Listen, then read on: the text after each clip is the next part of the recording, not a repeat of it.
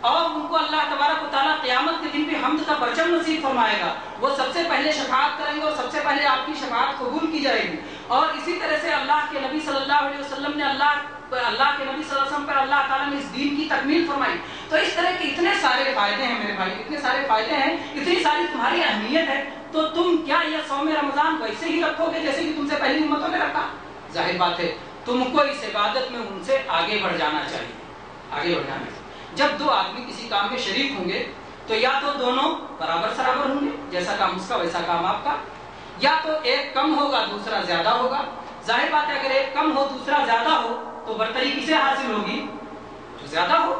تو اس لیے اگر آپ نے صوم کی عبادت کو اچھے انداز میں ادا کیا تو آپ کا درجہ اللہ کے یہاں زیادہ بڑا ہوگا. تو اللہ تعالیٰ نے اس طرح سے آپ کو منافسہ کی، مقابلے کی دعوت دی ہے کہ صوم رمضان کو اچھے انداز میں ادا کرو، تاکہ یہ نہ رہ جائے کہ تم دوسری امتوں سے پیچھے رہ گئے، بلکہ تم دوسری امتوں سے تمہیں آگے بڑھنا ہے. اس کی ایک مثال دیکھتے ہیں کہ ہم سے پہلے کی امتوں میں صوم رمضان کس طرح تھا. قرآن مجید میں اللہ تبارک و تعالیٰ نے مریم علیہ السلام کا تذکرہ فرمایا ہے، جو سورہ مریم کی آیت نمبر 16 سے آیت نمبر 40 تک اگر آپ پڑھیں تو اس میں پورا واقعہ مریم علیہ السلام کا ذکر کیا اللہ تعالیٰ نے، اور اس میں صوم کا بھی ذکر آیا. اصل میں ہوا یہ کہ اللہ تبارک و تعالیٰ نے یہ چاہا کہ معجزاتی طور پر عیسیٰ علیہ السلام بلا باپ کے پیدا ہوں، اور مریم علیہ السلام جو نہایت ہی پاک دامن خاتون تھی اور نہایت ہی عزت دار تھی اور نہایت ہی عزت دار خاندان کی تھی، سارے لوگ ان کی پاک بازی کو جانتے تھے. تو مریم علیہ السلام کے پاس اللہ تبارک و تعالیٰ نے جبریل علیہ السلام کو بھیجا کہ آپ جا کر کے ہماری روح یعنی اللہ تعالیٰ کی طرف سے روح خاص طور پر عیسیٰ علیہ السلام کی پیدائش کے لیے پھونکتے ہیں. جب جبریل علیہ السلام کے قریب آئے تو انہوں نے کہا کہ اگر تم اللہ سے ڈرتے ہو تو دور رہو، پاک دامن عورت ہوں، کسی مرد کے قریب نہیں آتی. تو انہوں نے کہا نہیں، میں اللہ کا فرشتہ ہوں، اللہ نے مجھے بھیجا ہے اور میں روح پھونک دوں گا جس سے تم کو بیٹا پیدا ہوگا. کہا یہ کیسے؟ نہ میں بدکار ہوں اور نہ ہی کوئی مرد میرے قریب آیا ہے، اس کو بیٹا کیسے ہوگا؟ کہا اللہ کے لیے آسان ہے. اللہ تعالیٰ نے تو آدم علیہ السلام کو ماں باپ کے بغیر پیدا کر دیا، تو بلا باپ کے ایک عورت کے ذریعے سے پیدا کرنا کون سی بڑی مشکل بات ہے اللہ تعالیٰ کے لیے؟ تو اللہ تعالیٰ کے لیے آسان ہے. کہا ٹھیک ہے، پھونک دیا اور حاملہ ہو گئی، اور اس کے بعد میں یہ دور چلی گئی آبادی سے. اللہ تعالیٰ نے حکم دیا کہ اگر کوئی شخص گزرے گا اور تم سے کچھ پوچھے گا ولادت ہو جانے کے بعد، بچے کی پیدائش کے بعد، تو اس کو جواب نہیں دینا، کیونکہ ایک عورت زیادہ سے زیادہ کیا کہہ سکتی ہے؟ میں بے گناہ ہوں، اور اس سے اس کی بے گناہی ثابت ہو جائے گی.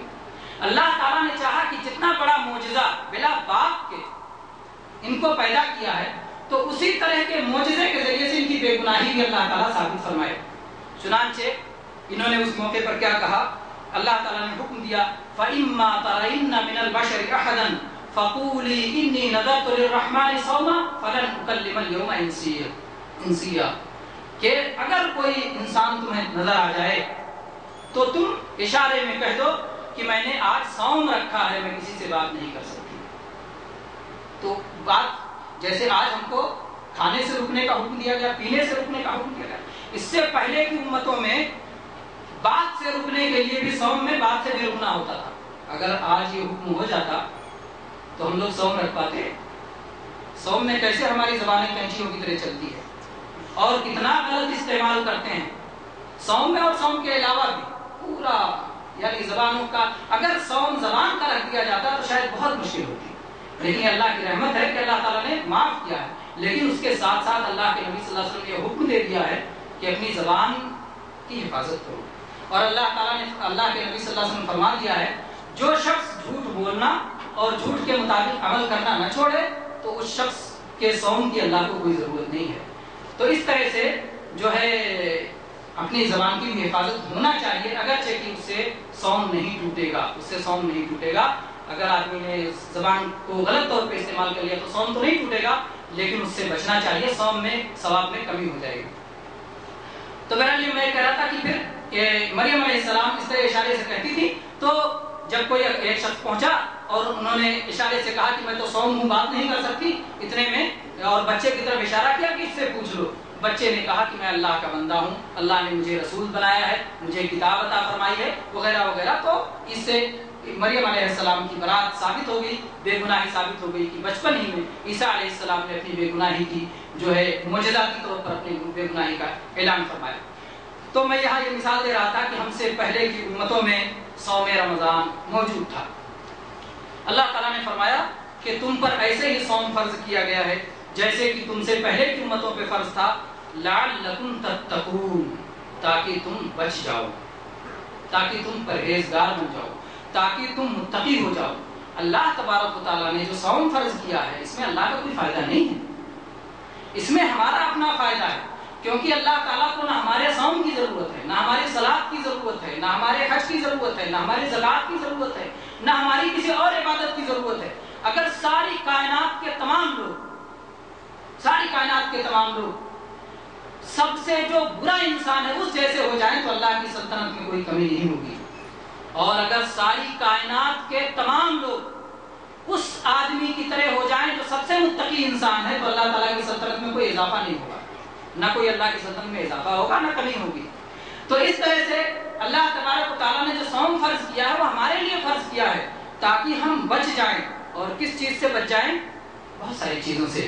اسی لیے اللہ کے نبی صلی اللہ علیہ وسلم نے فرمایا الصیام جنہ، سیام ڈھال ہے. ڈھال کیا ہوتا ہے؟ ڈھال لوہے کا وہ ہتھیار جس سے ایک جنگ کرنے والا دشمن کی حملے سے بچتا ہے، وہ ڈھال ہوتا ہے.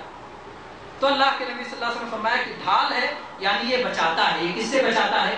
یہ گناہوں میں پڑنے سے بچاتا ہے، یہ اللہ کے عذاب سے بچاتا ہے، یہ جہنم کی آگ سے بچاتا ہے، یہ بہت ساری مختلف قسم کی بیماریوں سے بچاتا ہے. بہرحال اس طرح سے بہت ساری چیزوں سے یہ بچاتا ہے اور یہ ہمارے لیے تقویٰ ہمارے اندر پیدا کرتا ہے. اور تقویٰ وہ عظیم چیز ہے کہ جو تمام عبادتوں کا مقصد ہے، نہ صرف صوم کا بلکہ صوم کے علاوہ جو بھی دوسری عبادتیں ہیں، جیسے مثال کے طور پر حج اور اس میں ہونے والی قربانیوں کے تعلق سے اللہ تبارک و تعالیٰ نے ارشاد فرمایا سورہ حج کی آیت نمبر 37 میں لَن يَنَالَ اللَّهَ لُحُومُهَا وَلَا دِمَاؤُهَا وَلَٰكِن يَنَالُهُ التَّقْوَىٰ مِنكُمْ. نہ اللہ تبارک و تعالیٰ کو ان قربانیوں کا گوشت پہنچتا ہے، نہ ان کا خون پہنچتا ہے، بلکہ اللہ تبارک و تعالیٰ کو تمہارے دل کا تقویٰ پہنچتا ہے کہ تم نے یہ عمل کیا تو کتنا اللہ کی محبت میں اور کتنا اللہ تبارک و تعالیٰ کی رضا کو سمجھتے ہوئے اور کتنا دوسروں کی رعایت کرتے ہوئے، یا یہ کہلوانے کے لیے کہ روزے دار ہیں، یا یہ کہ سماج میں سب لوگ ہیں تو میں بھی رہ جاؤں، یا اس لیے کہ واقعی اللہ تعالیٰ سے ثواب کی امید رکھتے ہوئے تم نے کیا ہے. اسی طرح سے جناب محمد رسول اللہ صلی اللہ علیہ وسلم نے حدیث پاک میں ارشاد فرمایا کہ اللہ تبارک و تعالیٰ تمہارے جسموں کو نہیں دیکھتا اور اللہ تبارک و تعالیٰ تمہاری شکل و صورت کو نہیں دیکھتا. اللہ تبارک و تعالیٰ تمہارے دلوں کو دیکھتا ہے اور تمہارے عمل کو دیکھتا ہے. میرے بھائیوں، ہم لوگ دلوں پر بہت کم توجہ کرتے ہیں، جبکہ حقیقت یہ ہے کہ دلوں پر زیادہ توجہ ہونی چاہیے. ہر عمل سے متعلق دو سوال ہوگا اللہ. ایک تو ماذا اجبتم المرسلین، تم نے رسولوں کو کیا جواب دیا تھا؟ تم نے رسول جو آئے تھے تم نے ان کو کیا جواب دیا تھا؟ کیسے ان کی بات مانی تھی تم نے؟ اور ایک اخلاص سے متعلق کہ اللہ ہی کے لیے کیا تھا کسی اور کے لیے کیا تھا. تو یہی قلبی عمل ہے، یہی قلبی عمل ہے کہ آدمی جو بھی کرے خالص اللہ کی رضا جوئی کے لیے کرے. ہم یہ بہت خیال کرتے ہیں کہ جب نماز میں کھڑے ہوں تو ہمارے رفع دین بالکل سیدھا ہو، ایسے جیسے سنت میں آیا ہے. ہم ویسے ہاتھ باندھیں جیسے رسول اللہ صلی اللہ علیہ وسلم نے سینے پہ باندھا ہے. ہم ویسے ہی سجدہ کریں اللہ کے نبی صلی اللہ علیہ وسلم جیسا کیا ہے. ہم ویسے پاؤں سے پاؤں ملائیں جیسے نبی صلی اللہ علیہ وسلم کے صحابہ ملایا کرتے تھے. لیکن ہم ویسے ہی خشوع و خضوع بھی برتیں جیسے نبی صلی اللہ علیہ وسلم کے صحابہ برتتے تھے. اس کو اتنی توجہ نہیں ہوتی. ہم ویسے ہی اس نماز میں کسی کا نہ کسی کے لیے نماز چھوڑے نہ مختصر کریں اور نہ کسی کی وجہ سے نماز پڑھیں نہ نماز کو بڑھائیں. تو اخلاص یعنی نہ کسی کے ملامت کی پرواہ ہو اور نہ کسی کی تعریف کی پرواہ ہو، یہ بہت بڑی چیز ہے جس میں کہ قلبی عمل پہ ہم لوگ توجہ نہیں دیتے اور اس کی اصلاح کی بہت ضرورت ہوتی ہے. جبکہ دل ہی ایسی چیز ہے کہ اگر وہ سدھر جائے تو پھر پورا بدن سدھر جاتا ہے، جیسا کہ اللہ کے نبی صلی اللہ علیہ وسلم نے فرمایا ہے کہ الا ان فی الجسد مضغہ